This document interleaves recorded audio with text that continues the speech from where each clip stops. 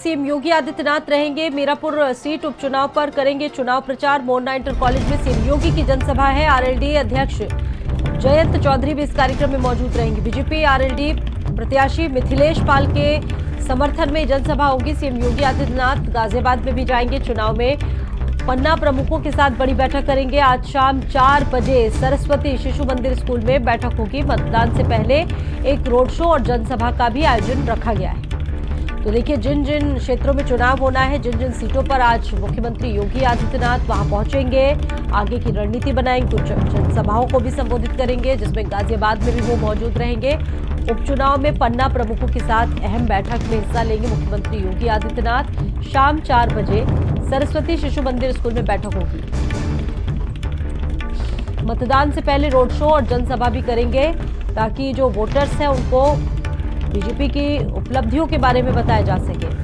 Mirapur seat पर उपचुनाव में चुनाव प्रचार करेंगे सीएम योगी आदित्यनाथ।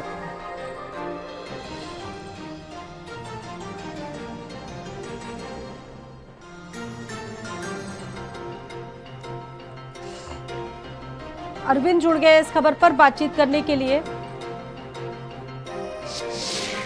अरविंद, आज मुख्यमंत्री योगी आदित्यनाथ कई जिलों में पहुंच रहे हैं, कई जनसभाओं को भी संबोधित उनको करना है। क्या वहां से तस्वीरें हैं और साथ ही साथ उपचुनाव को लेकर क्या रणनीति है? देखिए, बिल्कुल साथ ही आपको बता दें कि मुख्यमंत्री योगी आदित्यनाथ जो है उपचुनाव को लेकर लगातार जो है ताबड़तोड़ रैलियां कर रहे हैं। अगर हम बात करें, मुख्यमंत्री योगी आदित्यनाथ भारतीय जनता पार्टी के एक ऐसे चेहरे हैं जिनको स्टार प्रचारक के रूप में जाना जाता है। यही वजह है कि मुख्यमंत्री योगी आदित्यनाथ उत्तर प्रदेश के साथ साथ जहां पर भी विधानसभा उपचुनाव होने हैं या अन्य राज्यों में भी लगातार इसके पहले भी ताबड़तोड़ रैलियां की हैं। आज मुख्यमंत्री योगी आदित्यनाथ 3 दिवसीय जो इनका 8 से 11 तक रैली है, आज गाजियाबाद और मीरपुर कुंदरकी पे जनता को संबोधित करेंगे। तो रैली को लेकर तमाम जो है तैयारियां भारतीय जनता पार्टी के जो कार्यकर्ता हैं, नेता है, वो लगातार कर रहे हैं, क्योंकि मुख्यमंत्री की जो रैली होगी उसमें भारतीय जनता पार्टी की जो नीतियां हैं, जो उनके किए गए कार्य है, उसको मुख्यमंत्री योगी आदित्यनाथ जनता के सामने रखेंगे। और देखिए, जिस तरह से मुख्यमंत्री योगी आदित्यनाथ लगातार ताबड़तोड़ रैलियां कर रहे हैं, उसके बाद मुख्यमंत्री योगी आदित्यनाथ विपक्ष में भी लगातार निशाना साधते हुए नजर आते हैं। जी, विपक्ष के खिलाफ जो बड़ी आक्रामक रणनीति होती है और आज भी कई जगहों पर जनसभाएं उनकी होनी है, और ऐसे में मुख्यमंत्री योगी आदित्यनाथ,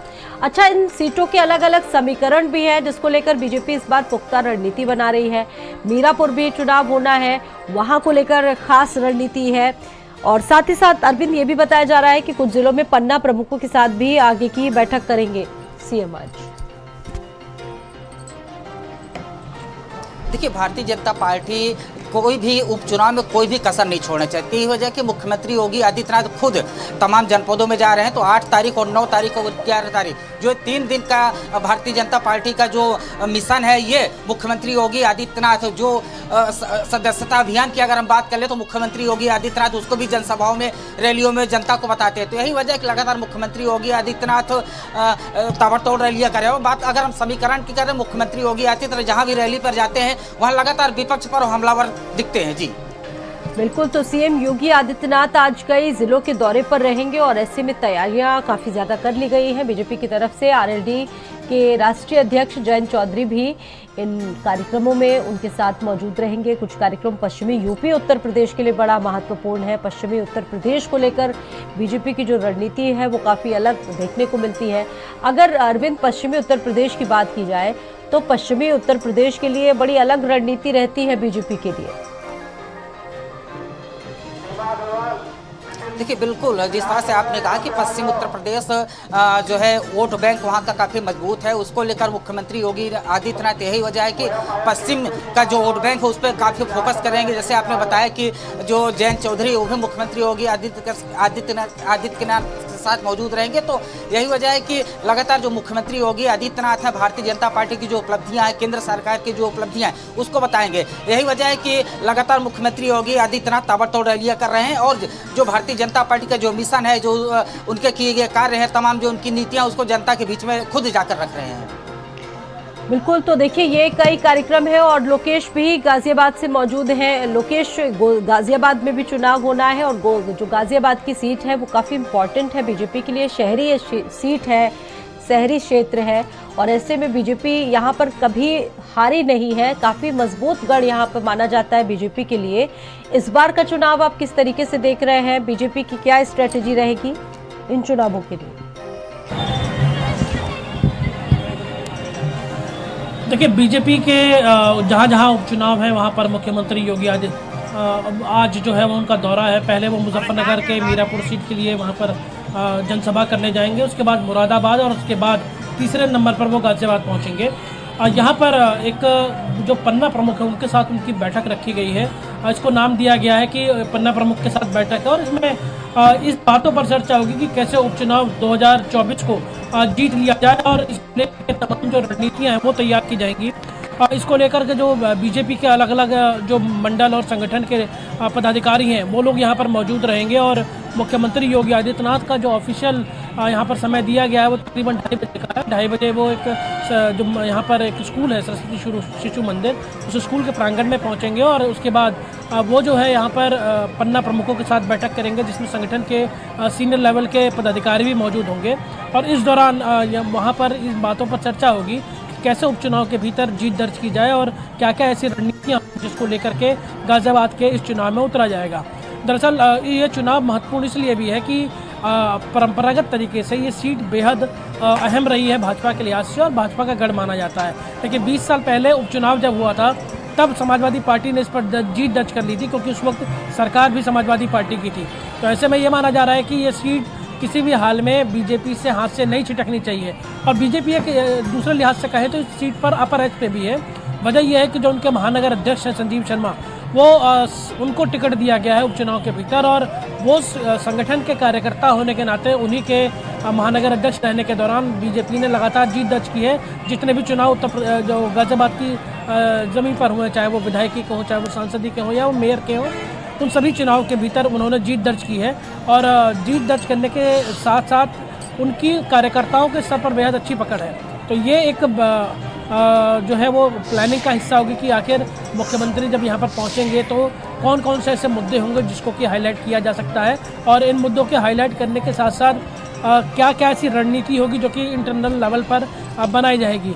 पीडीए का किस तरीके का तोड़ होगा, क्योंकि यहाँ पर आपको याद होगा कि अखिलेश यादव आकर के तमाम तरीके के बयानात दे के गए थे यहाँ पर और इस सीट पर उन्होंने भी जीत का दावा किया था और बीजेपी ने ब्राह्मण चेहरे पर दाव खेला है तो वहीं जो समाजवादी पार्टी के कैंडिडेट हैं वो दलित चेहरा है। तो अब अगर आप देखें तो पीडीए के ही उसी राह पर समाजवादी पार्टी भी आगे बढ़ रही है और एक टफ और एक कंपटीशन यहाँ पर देखने को मिल सकता है क्योंकि यहाँ पर दो ऐसे जो कैंडिडेट्स हैं आज़ाद समाज पार्टी के और जो दूसरी तरफ जो AIM के हैं वो दलित नेता वो बीएसपी से पहले कैंडिडेट थे। तो ऐसे में वो नुकसान सीधे तौर पर गठबंधन के प्रत्याशी को पहुंचाएंगे। तो उम्मीद यह जाहिर की जा रही है कि तमाम तरीके की सुरक्षा व्यवस्थाएं यहाँ पर पूरी है और मुख्यमंत्री करीब 2:30 बजे के करीब जब वहाँ पहुँचेंगे तो एक वोटर्स को कौन ज्यादा लुभाता है ये देखना बहुत महत्वपूर्ण होगा। सचिन त्यागी भी मुजफ्फरनगर से मौजूद है। सचिन, वहां पर चुनावों को लेकर क्या रणनीतियां हैं, क्योंकि आज यहां पर मुख्यमंत्री योगी आदित्यनाथ भी मौजूद रहेंगे। अब किस तरीके से तैयारियां वहां पर की गई है, मुख्यमंत्री योगी आदित्यनाथ पहुंचेंगे और क्या जानकारी है वहां से?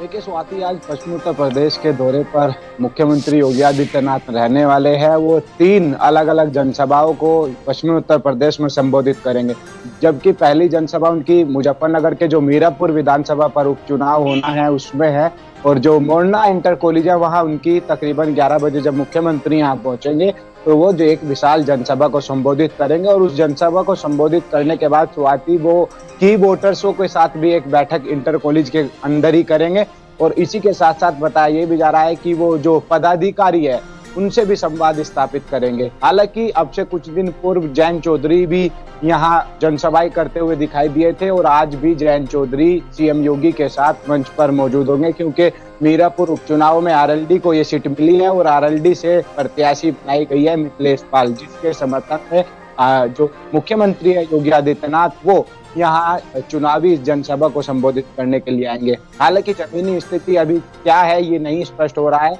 लेकिन इस चुनाव में साफ देखा जा रहा है कि एक हिंदू प्रत्याशी सिर्फ आरएलडी की है और जो आजाद समाज पार्टी, बसपा समाज पार्टी है और समाजवादी पार्टी है उनके तीनों प्रत्याशी मुस्लिम हैं, क्योंकि इस सीट पर 1.25 लाख के तकरीबन मुसलमान हैं जिनका अच्छा खासा वोट बैंक है। अगर इस चुनाव में दलित कहीं ना कहीं बीजेपी से खपा होकर बढ़ते हुए दिखाई देंगे तो कहीं ना कहीं सपा को फायदा होता हुआ दिखाई देगा।